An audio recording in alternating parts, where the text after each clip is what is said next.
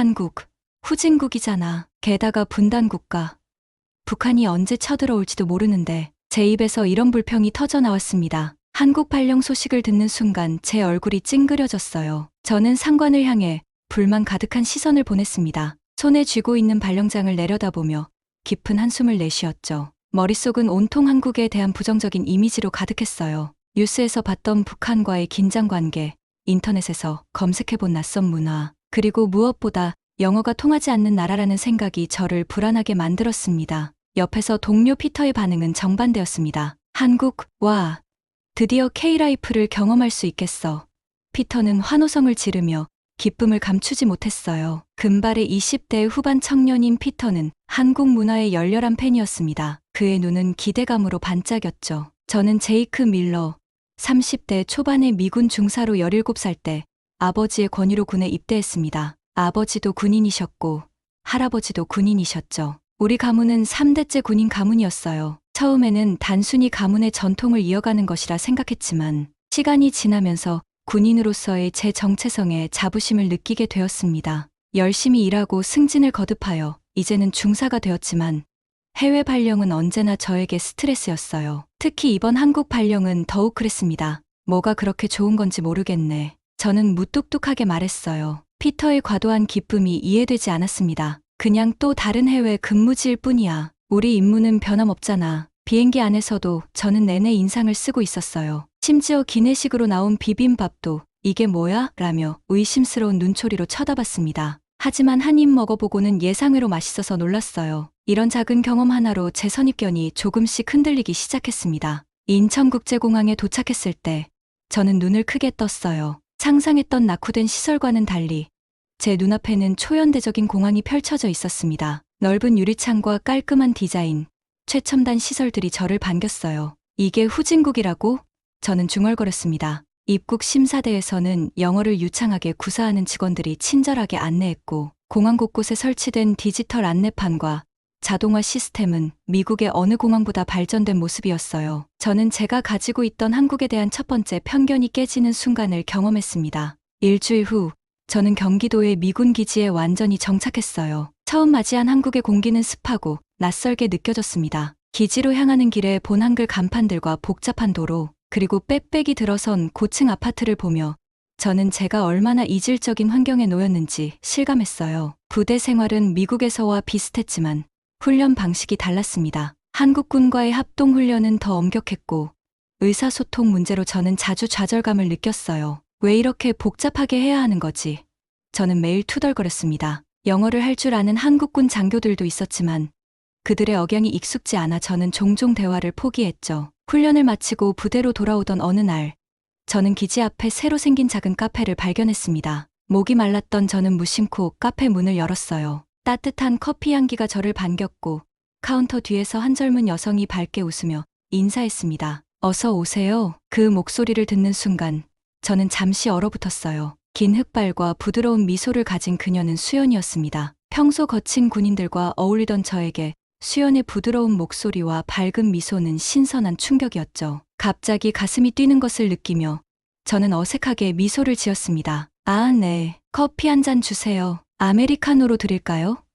아니면 다른 메뉴가 필요하신가요? 수연의 서투른 영어에 저는 오히려 안심했어요. 저는 고개를 끄덕이며 지갑을 꺼내 지폐를 건넸습니다. 커피를 기다리는 동안 저는 카페 벽에 걸린 한글 문구들과 한국 전통 그림을 바라보았죠. 낯설지만 어딘가 정겹게 느껴졌습니다. 한국에 오신 지 얼마나 되셨어요? 수연이 커피를 건네며 물었어요. 일주일 정도요. 적응하기 힘드시죠?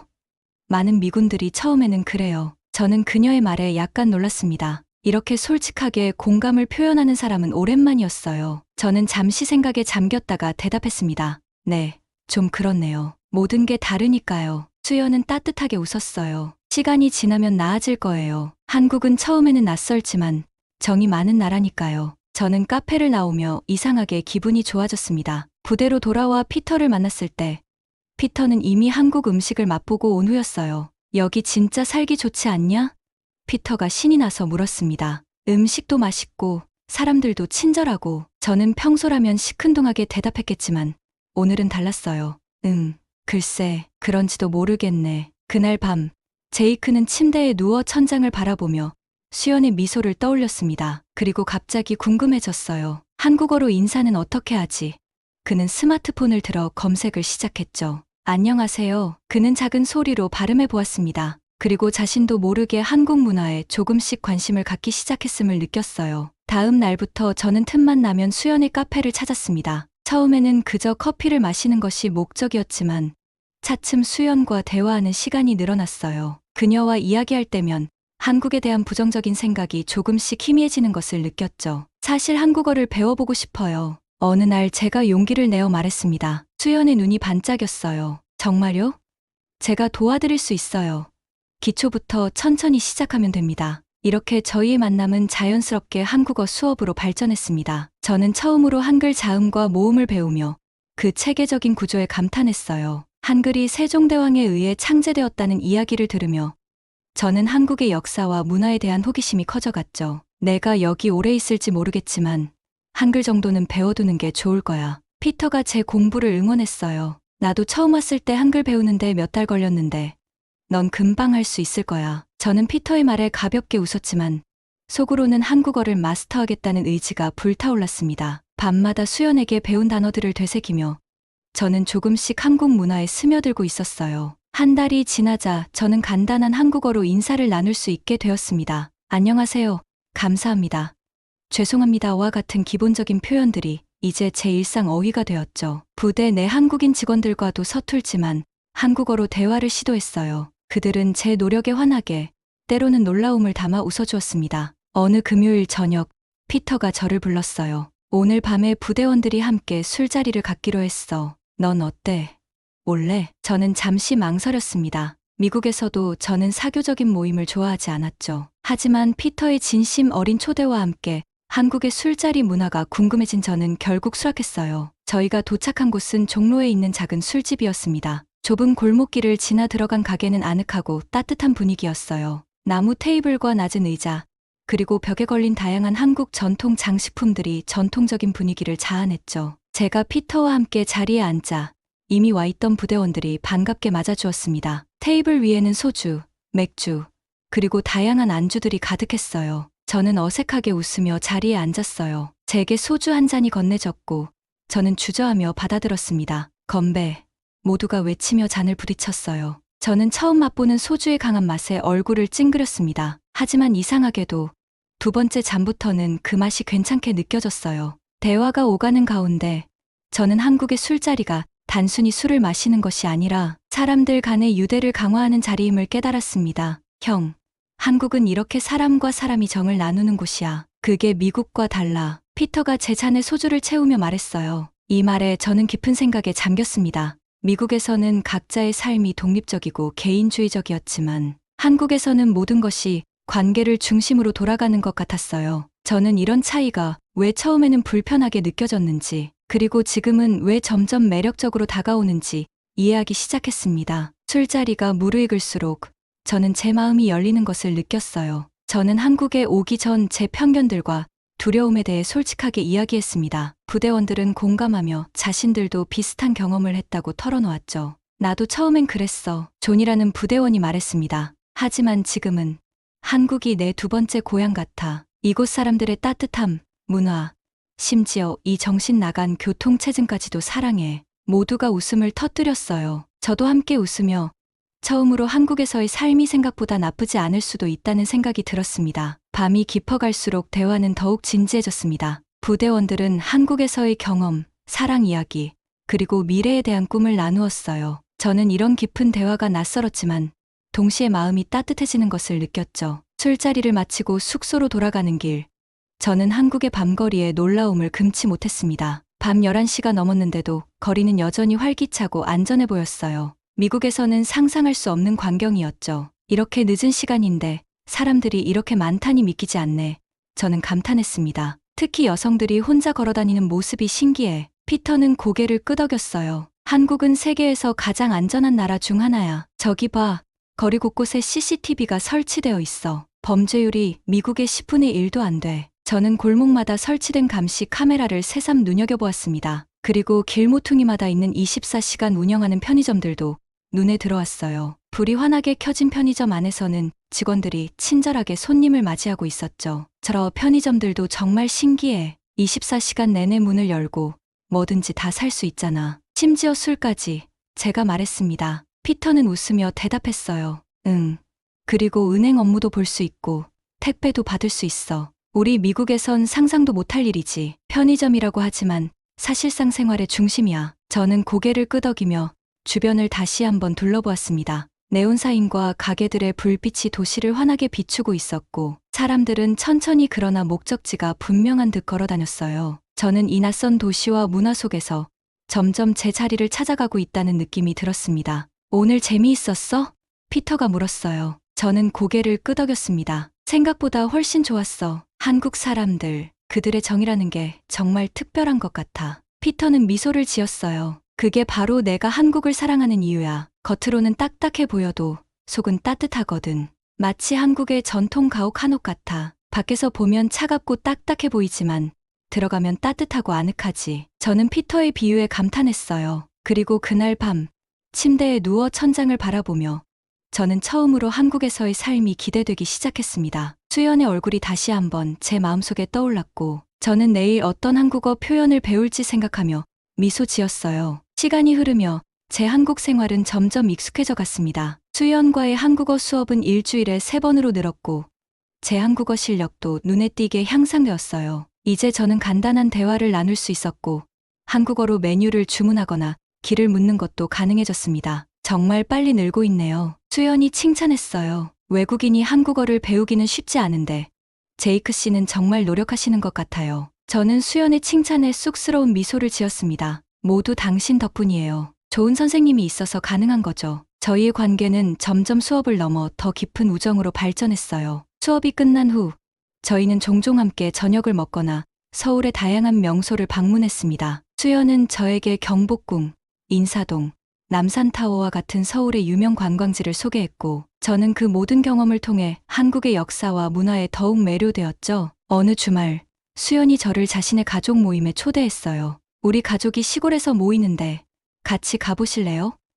진짜 한국의 정을 느낄 수 있을 거예요. 저는 잠시 망설였습니다. 외국인으로서 한국 가족 모임에 참석한다는 생각이 부담스러웠기 때문이죠. 하지만 수연의 진심 어린 초대와 한국 가정의 문화를 경험해보고 싶은 호기심이 저를 움직였어요. 좋아요. 가보고 싶어요. 저희는 토요일 아침 일찍 수연의 부모님이 사는 충청도의 작은 마을로 향했습니다. 버스를 타고 서울을 벗어나자 제 눈앞에 펼쳐진 한국의 농촌 풍경은 제가 상상했던 것과는 완전히 달랐어요. 푸른 산과 넓게 펼쳐진 논밭, 그리고 곳곳에 자리 잡은 아담한 시골 마을들이 제 눈을 사로잡았습니다. 이렇게 아름다운 곳인 줄 몰랐어요. 제가 감탄했어요. 수연은 미소를 지었습니다. 맞아요. 많은 외국인들이 한국 하면 서울의 고층 빌딩이나 첨단 기술만 떠올리지만 이런 전통적인 모습도 한국의 중요한 부분이에요. 수연의 부모님 집은 현대식 건물이었지만 마당에는 전통적인 장독대가 있었고 집 안에는 아직 온돌방이 남아 있었어요. 저는 이런 전통과 현대가 공존하는 모습에 매료되었습니다. 수연의 부모님은 처음에는 저를 약간 경계했지만 제가 서툴지만 열심히 한국어로 인사하고 대화하려는 모습을 보고 마음을 열었어요. 특히 수연의 할머니는 제가 한국 음식을 맛있게 먹는 것을 보고 기뻐하며 계속해서 음식을 권했습니다. 많이 드세요. 젊은 사람이 잘 먹어야 해요. 할머니가 말씀하셨고 저는 최선을 다해 감사의 마음을 표현했어요. 그날 저녁 가족들과 함께하는 술자리에서 저는 한국의 가족 문화를 깊이 체험했습니다. 어른들에게 두 손으로 술을 받고 서로의 잔을 채워주며 세대를 넘어 이야기를 나누는 모습이 인상적이었어요. 미국에서는 가족 간에도 각자의 공간과 시간을 중요시했지만 여기서는 모든 것이 함께 공유되는 듯했습니다. 넌 미국 돌아가면 한국을 기억할까? 술자리가 무르익을 무렵 수연이 문득 물었어요. 저는 잠시 생각에 잠겼습니다. 글쎄, 모르겠어. 하지만 제 마음속에서는 이미 답이 정해져 있었어요. 한국에서의 모든 순간, 모든 경험이 저에게 깊은 인상을 남겼고 이제 저는 이곳을 떠나기 싫다는 감정을 느끼고 있었습니다. 밤늦게 수연의 가족들과 작별 인사를 나누고 저희는 서울로 돌아가는 막차를 탔어요. 버스 안에서 피곤해 지친 수연이 제 어깨에 기대어 잠이 들었습니다. 그녀의 따뜻한 온기를 느끼며 저는 창밖으로 스쳐 지나가는 한국의 밤 풍경을 바라보았어요. 이곳에서의 삶이 이렇게 좋을 줄이야. 저는 속으로 생각했습니다. 다음 날 부대로 돌아온 저는 피터에게 주말의 경험을 들려주었어요. 피터는 제 이야기를 흥미롭게 들으며 고개를 끄덕였습니다. 내가 한국에 점점 빠져들고 있는 것 같네. 저는 부인하지 않았어요. 그런 것 같아. 처음에는 이곳이 얼마나 특별한지 몰랐어. 그날 저녁, 부대 식당에서 저녁을 먹던 중 저는 중요한 소식을 듣게 되었습니다. 제 배치 기간이 얼마 남지 않았고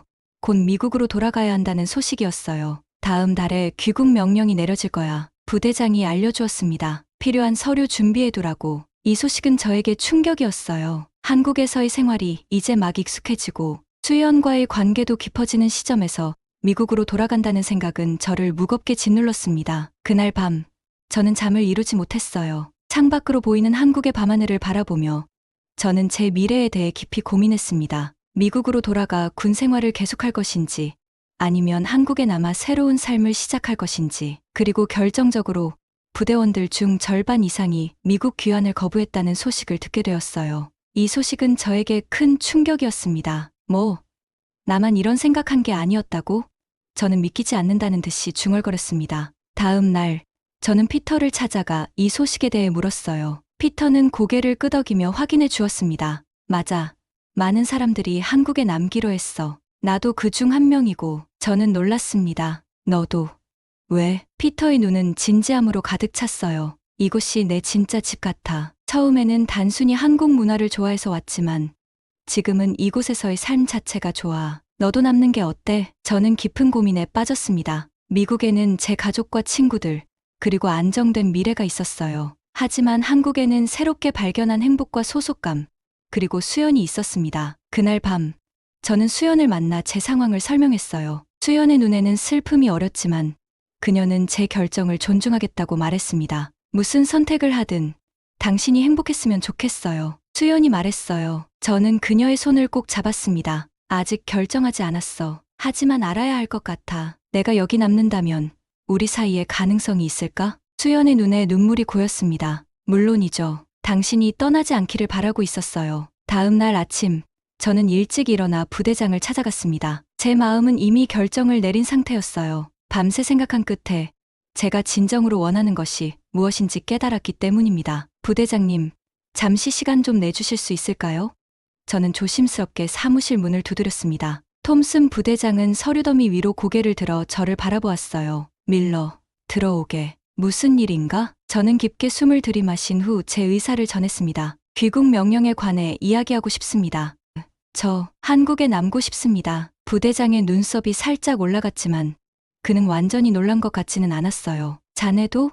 요즘 그런 요청이 많아서 말일세. 뭐가 그리 좋은지 모르겠지만 한국에 남겠다는 부대원들이 늘고 있어. 저도 처음엔 이해하지 못했습니다만 저는 잠시 말을 멈췄다가 다시 이어갔어요. 이곳에서 새로운 삶의 가능성을 발견했습니다. 군 복무를 마친 후에도 한국에 남고 싶습니다. 부대장은 의자에 등을 기댄 채 저를 유심히 바라보았습니다. 밀러, 자네가 처음 왔을 때 얼마나 불평을 했는지 기억하나? 후진국이라며 코웃음 치던 자네가 말일세. 저는 부끄러움에 얼굴이 붉어졌어요. 네, 기억합니다. 제가 완전히 틀렸었죠. 한국은 제가 상상했던 것보다 훨씬 더 발전된 나라이고 사람들은 따뜻하고 정이 많습니다. 부대장은 작게 웃음을 터뜨렸어요. 자네만큼 크게 변한 사람을 보긴 어렵군. 좋아. 필요한 서류를 준비해주지. 하지만 임무 종료까지는 최선을 다해야 한다는 걸 잊지 말게. 물론입니다. 감사합니다. 저는 안도의 한숨을 내쉬었습니다. 사무실을 나서는 저의 발걸음은 한결 가벼웠어요. 이제 새로운 시작을 향한 첫 발을 내디딘 기분이었습니다. 하지만 아직 해결해야 할 문제가 남아있었어요. 바로 제 가족, 특히 아버지에게 이 소식을 알리는 것이었죠. 그날 저녁, 저는 용기를 내어 아버지에게 화상통화를 걸었습니다. 아버지의 얼굴이 화면에 나타났을 때 저는 심장이 빠르게 뛰는 것을 느꼈어요. 아버지, 드릴 말씀이 있어요. 저는 조심스럽게 입을 열었습니다. 무슨 일이냐, 아들. 아버지의 목소리는 항상 그렇듯 단호했어요. 저 미국으로 돌아가지 않기로 했습니다. 한국에 남기로 결정했어요. 잠시 침묵이 흘렀고 아버지의 표정이 굳어졌습니다. 내가 미쳤냐? 넌 미군이야.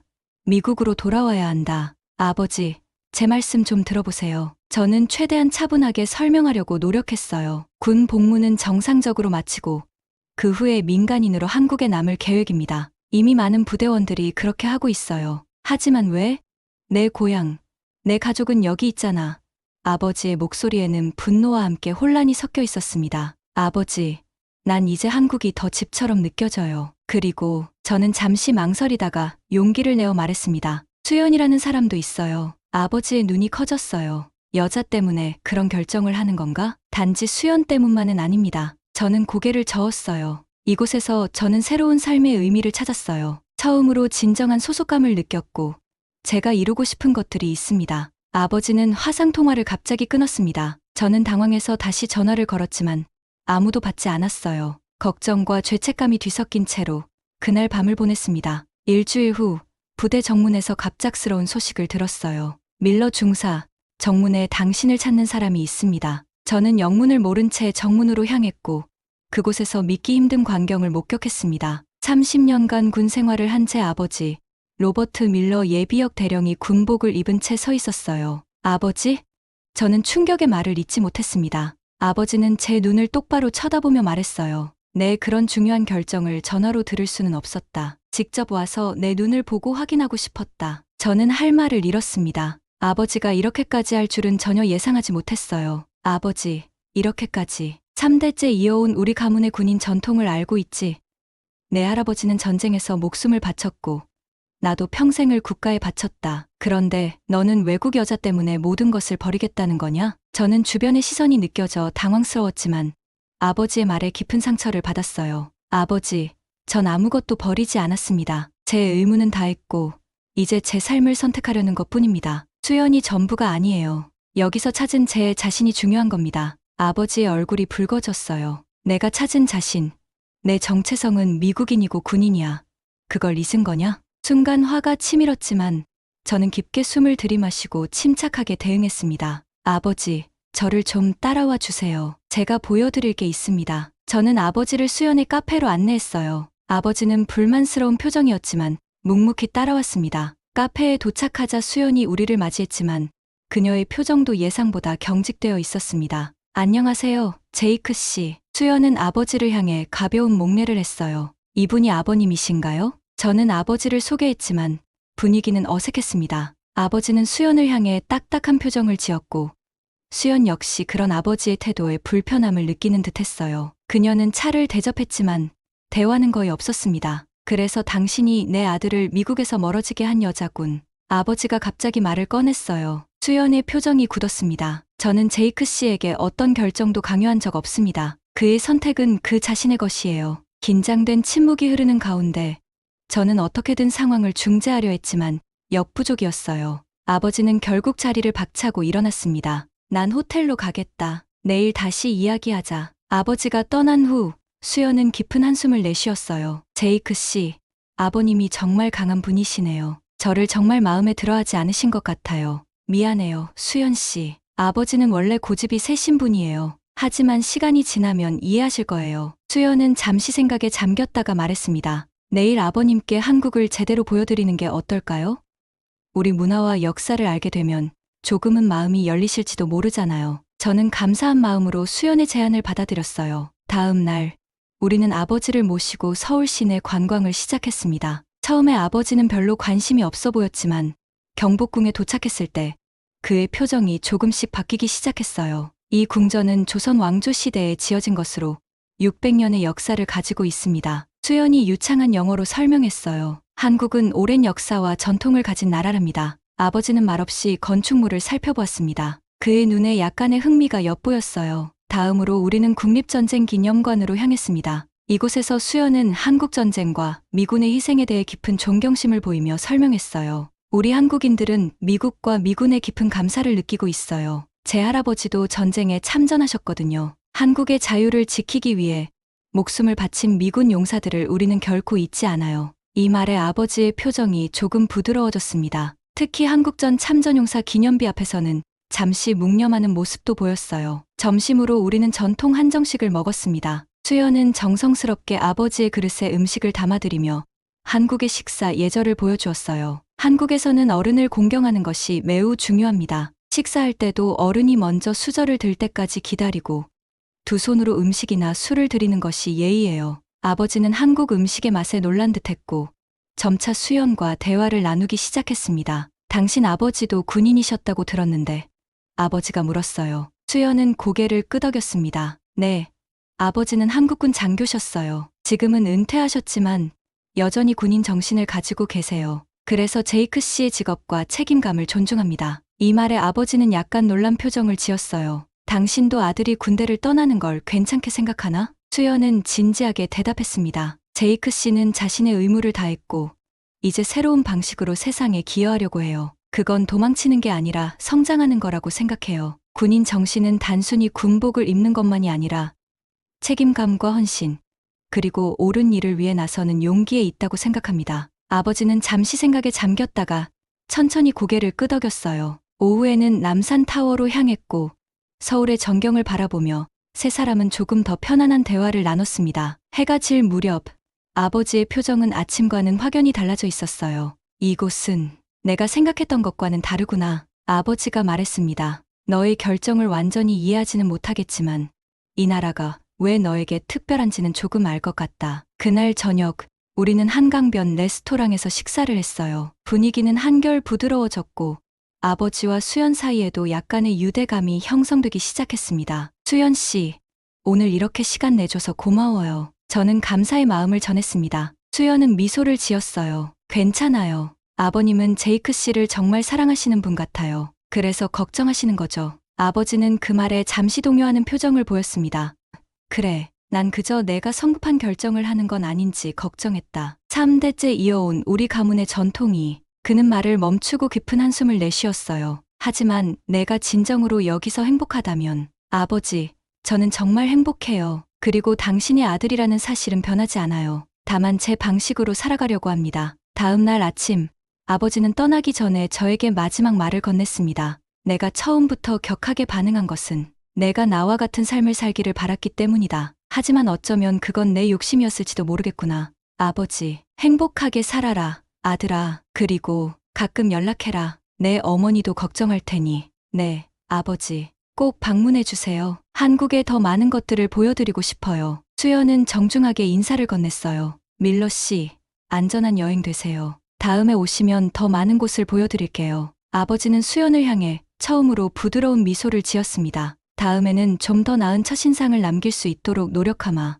아버지가 떠난 후 저는 가슴 한편이 가벼워진 것을 느꼈습니다. 가장 큰 장벽을 넘은 것 같았어요. 이제 저는 진정한 의미에서 제 삶의 새 장을 열 준비가 되었습니다. 수연 씨, 정말 고마워요. 아버지의 마음을 여는데 큰 도움이 되었어요. 수연은 따뜻하게 미소 지었습니다. 우리 문화에서는 어른을 공경하는 것이 중요해요. 아버님은 제이크 씨를 사랑하시는 분이에요. 단지 표현 방식이 다를 뿐이죠. 저는 그녀의 손을 꼭 잡았어요. 당신은 정말 놀라운 사람이에요. 한강의 물결처럼 제 인생도 이제 새로운 방향으로 흘러가기 시작했습니다. 군 복무 종료일이 다가오자 저는 한국에서의 새로운 삶을 준비하기 시작했습니다. 부대에서는 한국에 남기로 결정한 군인들을 위한 특별 프로그램이 있었는데 비자 문제부터 취업 정보까지 다양한 지원을 제공했어요. 저는 감사한 마음으로 이 프로그램에 참여했습니다. 생각보다 많은 미군들이 한국에 남나 봐요. 프로그램 오리엔테이션 중에 제가 수연에게 말했어요. 전담 지원 시스템까지 있다니 놀랍네요. 수연은 미소를 지었습니다. 사실 이건 오래된 현상이에요. 한국전쟁 이후로 많은 미군들이 한국에 정착했거든요. 그래서 그들을 돕기 위한 시스템이 자연스럽게 발전해온 거죠. 저는 한국의 역사와 미국과의 관계에 대해 생각하게 되었어요. 처음에는 단순히 임무를 위해 왔던 곳이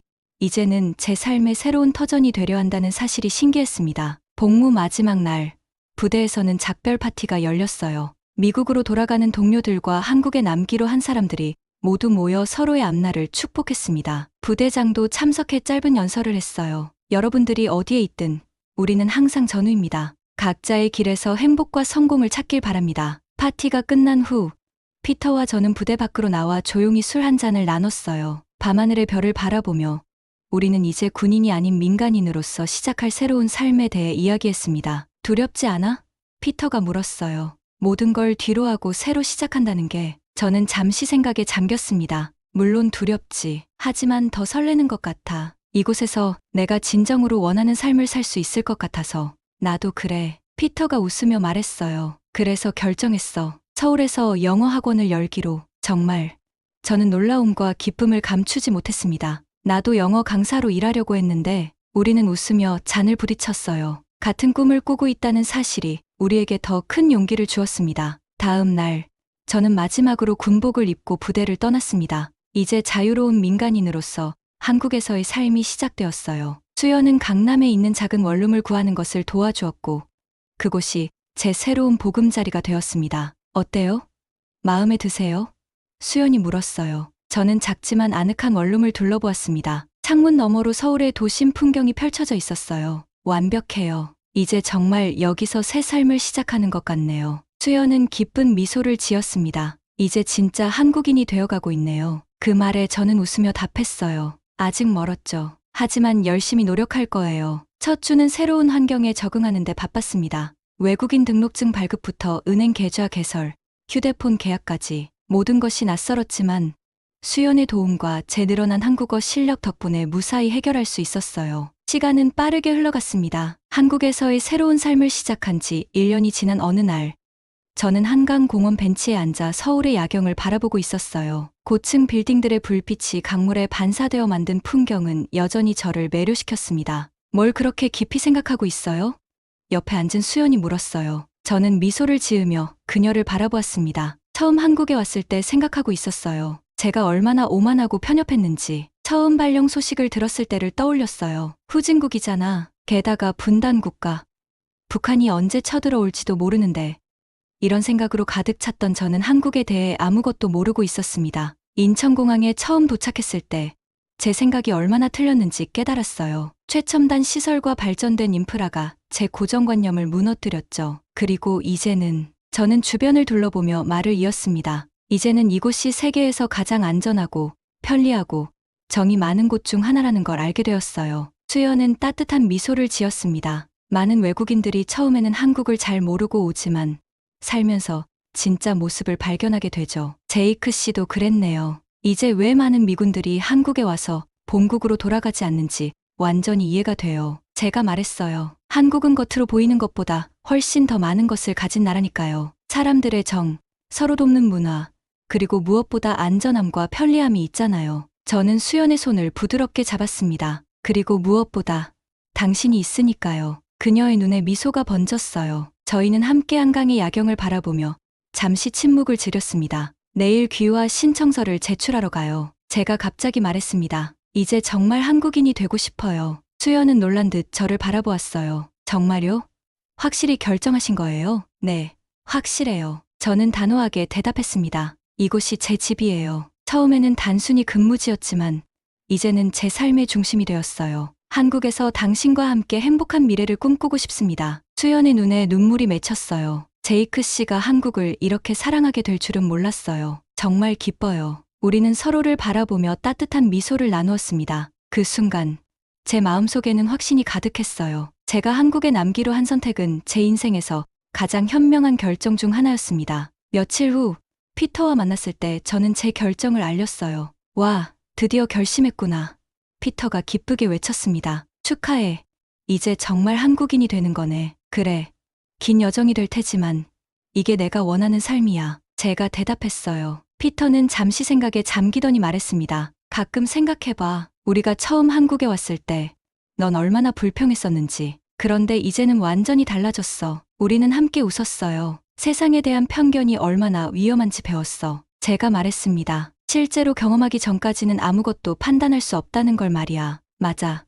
그게 바로 한국이 우리에게 준 가장 큰 선물인지도 몰라. 새로운 시각으로 세상을 볼 수 있게 된 거지. 우리는 소주잔을 높이 들어 건배했어요. 새로운 시작과 행복한 미래를 위해. 그날 밤 집으로 돌아가는 길에 저는 서울의 밤거리를 걸으며 깊은 감사함을 느꼈습니다. 한때 저는 이곳을 떠날 날만 기다렸지만 이제는 평생 이곳에 남고 싶다는 마음뿐이었어요. 주말, 수연과 저는 부산으로 짧은 여행을 떠났습니다. 해운대 해변을 거닐며 저는 문득 그녀에게 물었어요. 우리 결혼하면 어떨까요? 수연은 깜짝 놀라 저를 바라보았습니다. 지금 프러포즈 하시는 거예요? 네, 갑작스럽지만 저는 바다를 가리켰어요. 이 넓은 바다처럼 우리의 미래도 끝없이 펼쳐져 있으면 좋겠어요. 당신과 함께라면 어떤 도전도 두렵지 않아요. 수연의 눈에서 기쁨의 눈물이 흘러내렸습니다. 네, 정말 그러고 싶어요. 우리는 서로를 꼭 안았고 그 순간 저는 완벽한 행복을 느꼈습니다. 한국, 제가 처음에는 이해하지 못했던 이 나라는 이제 제 인생의 전부가 되었어요. 귀국을 거부한 미군, 처음에는 이해할 수 없었던 그 선택이 이제는 제 가장 자랑스러운 결정이 되었습니다. 수연과 함께 저는 한국에서의 새로운 삶을 향해 한 걸음씩 나아가고 있었어요. 한국의 밤하늘 아래 저는 마음속으로 다짐했습니다. 역시 내 선택은 틀리지 않았어. 지금까지 지수였습니다. 한국에 남을 결심을 한 제이크 씨가 대단하고 멋집니다. 제이크과 수연 씨가 한국에서 행복한 결혼 생활을 하길 바라겠습니다. 사연 들어주셔서 감사합니다. 구독과 좋아요는 저에게 큰 힘이 됩니다.